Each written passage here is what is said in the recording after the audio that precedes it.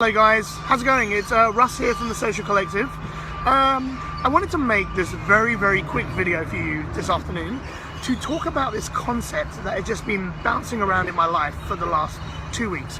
I've had questions about it from girls, I've done a couple of talks and it's come up at the end of the talk and it seems to be really prevalent, so I thought I'd make a video about it. It's around this idea and concept of playing hard to get. Now, this fascinates me. There are still women out there that think or are married to this old school thinking and this old way of thinking around, if I play hard to get, that means I'm less likely to lose him. If I play hard to get, I'm more likely to keep him engaged. He's going to be more interested in me if I play hard to get. I think this is ridiculous. Like, why are you doing it? Okay? I think there's two things you need to know. One, where this idea of playing hard to get came from, and two, how guys tend to respond to it. I have worked with hundreds of guys. I've been a dating coach in London. I've done communication skills for guys around dating and relationships. And I can promise you that if you are consistently playing hard to get, one of two things happen. One, you confuse the shit out of us. We're like, okay, does she like us? Doesn't she not like us? Is she interested in me? Is she not interested in me? I am so confused.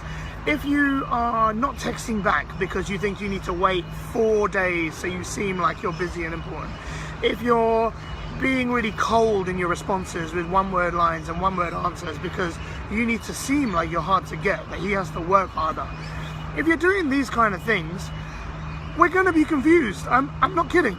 It's like, I don't know if you're interested in me, so I'm not going to bother pursuing it. Like, you give me one-word answers, or you're not responding to my texts, or you're not being interested back in me. Generally, the male mind goes, all right, well, she's obviously not interested in me, I'm going to move on. And in today's world, with the likes of Tinder and online dating, and a sheer abundance of women that we can engage with, if you seem like you're not interested in me, it's very easy for me to move on and see someone else, or start talking to someone else, or start texting someone else, or start swiping right on the next batch of women that are coming up on my Tinder profile.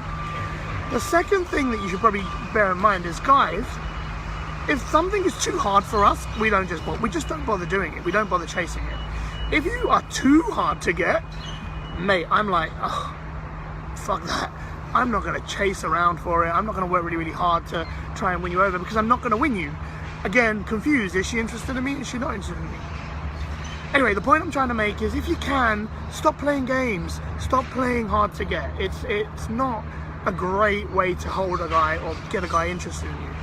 And the funny thing about it is, if a guy does hold on to that, if a guy does start to become more interested in you because you're playing hard to get, I think it's really important that you end up being hard to get. Because if we're attracted to you because we think you're hard to get, because you're high value, because you're busy, because you have an attractive lifestyle, because you've got things on, because you don't have time to text me back, because you're out socializing or having dinners with your friends or spending time with your family and really loving that, if that's the driver that we're attracted to, and then we find out that you're not, that relationship will die very quickly, and you won't be the kind of woman that we were attracted to originally because you seemed hard to get.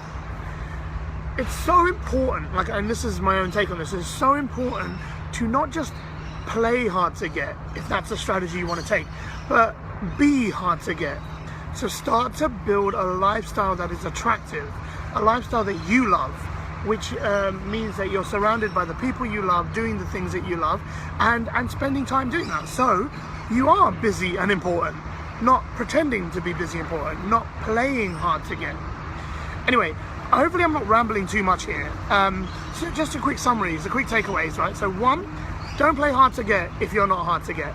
Two, if you want to use that strategy, start to build a lifestyle that is attractive, that keeps you busy, that keeps you doing things, because that's sexy, that is very attractive.